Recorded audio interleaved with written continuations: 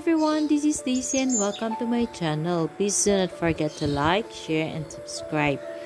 For today's video, ipapakita ko sa inyo yung mga succulent na hindi ko pa napakita in the previous video na nasa veranda or rain or shine area.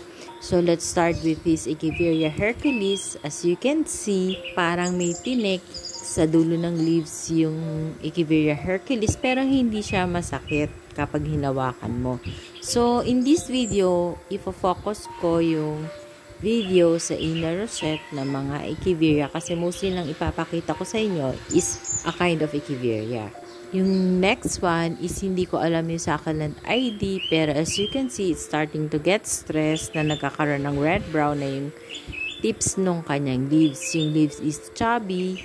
Yung mga bagong tubong leaves, makapal yung farina niya.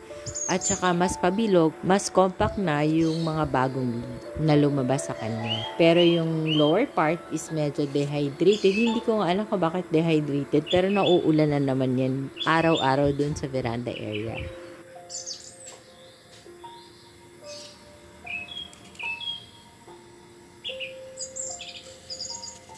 So, the next one is hindi ko alam yung succulent ID pero it's purple in color. Mafarina din siya.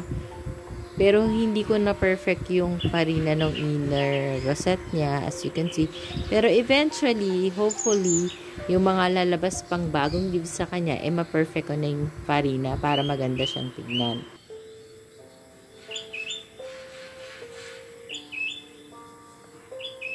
The next one is, I think it is an Echeveria dugong o yung mga family ng Echeveria na merong caruncle.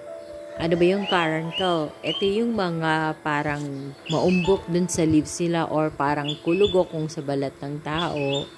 Ayan, maganda siya pag fully yung pagiging caruncle ng leaves at saka makapal yung leaves because of that.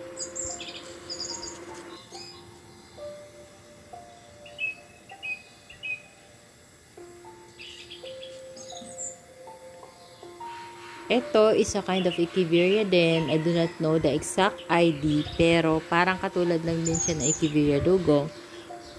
Pero makapal yung kanyang caruncle at saka nagre-red siya pag stress. Kasi look, yung sa outer part niya, nagre-red siya. Tapos, nag-iiba-iba yung shape ng caruncle na tumutubo dun sa leaves.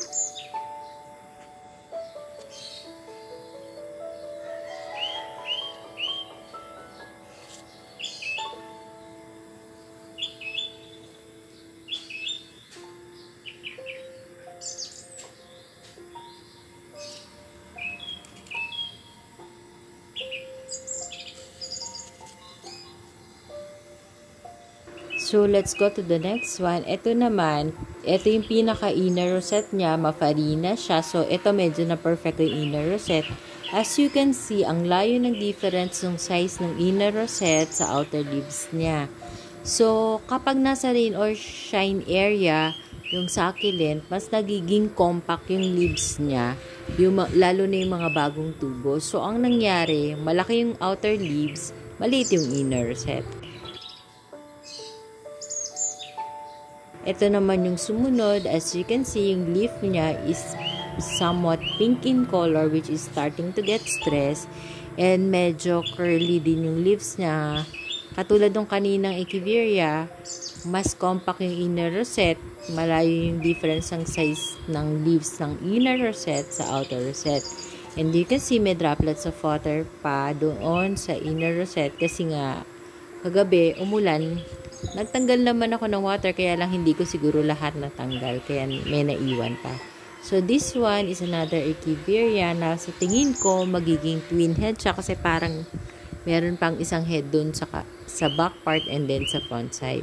So as you can see, this Echeveria is starting to get stressed kasi nagre-red pink na yung kanyang leaf. Yung tips ng leaf niya is starting to get stressed. So hopefully, ma-perfect ko yung mga Echeveria na to kapag lumaki na sila, especially ma-maintain ko yung farina para perfect silang tingnan. Makapal yung farina niya sa inner rosette niya So, as you can see, hindi ganun ka-perfect tong Echeveria na to at lumiit na siya kasi pag nabanggit ko nga sa previous video ko na yung mga succulent, pag nasistress sila, nagsishrink yung size nila kasi mas nagiging compact sila. So, I'm trying to perfect the farina of the succulent. Sana magawa ko. And then, pag malaki na siya, ipapakita ko siya ulit sa inyo. So, ito naman yung sumunod. As you can see, it's starting to get red. The whole leaf, hindi lang yung tips nito. Parang yung buong petals niya, isang sisimula na talaga maging super stress. So, hopefully, habang lumalamig yung panahon, we entered already bare months. Hopefully, magtuloy-tuloy yung paglamig ng panahon at tumigil na yung pag-ulan at matapos na yung rainy season.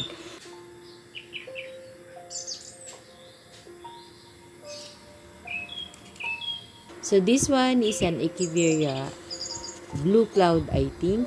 So, yung inner rosette niya is perfect na yung farina, pero yung outer, ang dumi niyang tingnan. So, hopefully, ma-maintain ko yung perfect farina sa inner rosette para habang lumalaki siya, maganda siyang tingnan, hindi madumi or madumis tignan.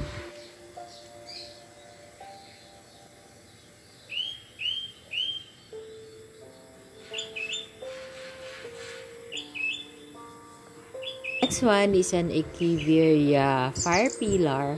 So, ito, parang agavoids yung kanyang petals. Parang molded wax, yung kanyang petals, ganun. Parang water repellent, ganun.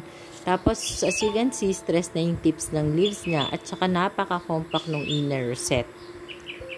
Ang gandang tignan. Kaya lang medyo mahirap tanggalan ng water talaga sa inner rosette. So, tuwing umaga, talagang nagtatanggal ako ng water sa inner rosette kasi every afternoon or every night, halos araw-araw umuulan dito sa Silang Cavite area.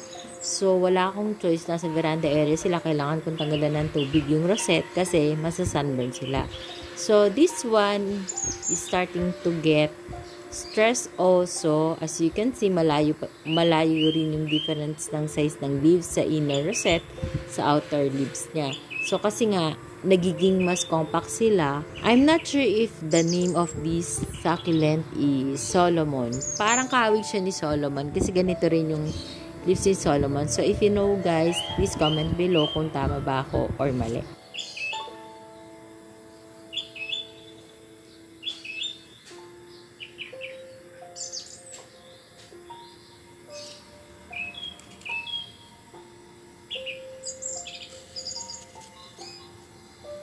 The next one, I'm trying to perfect yung farina ng inner rosette nito. So, sana maganda siya para siyang lovely rose, something gano'n. Hindi ko alam kung ito ba yung tinatawag nilang hybrid lovely rose.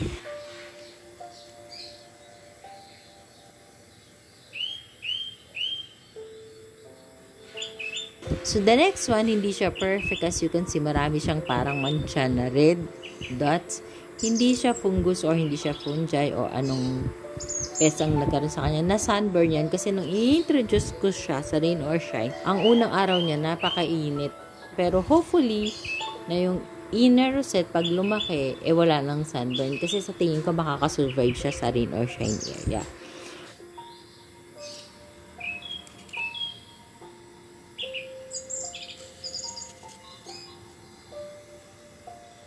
And isingit ko na lang din tong ating Gymnocalycium, which is not a variegated one, but so healthy na ito na yung binigay niyang pang 6th flower sa atin.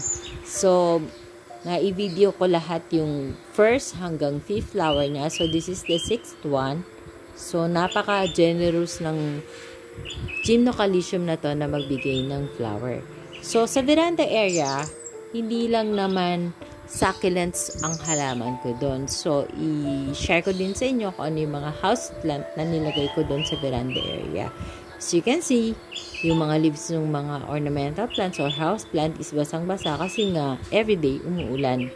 Pag hindi afternoon, morning. Pag hindi morning, sa gabi. So, itong pot naman ng caladium na to, hinalo-halo ko na lahat ng different kinds.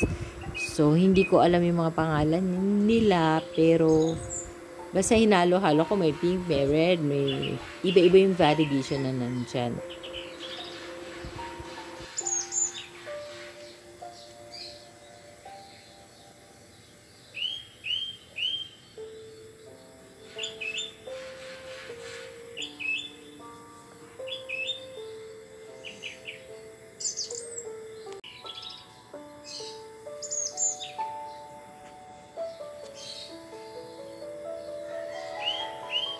Meron din ako tinatawag na sabi nila lucky plant daw to pero hindi ko alam yung name.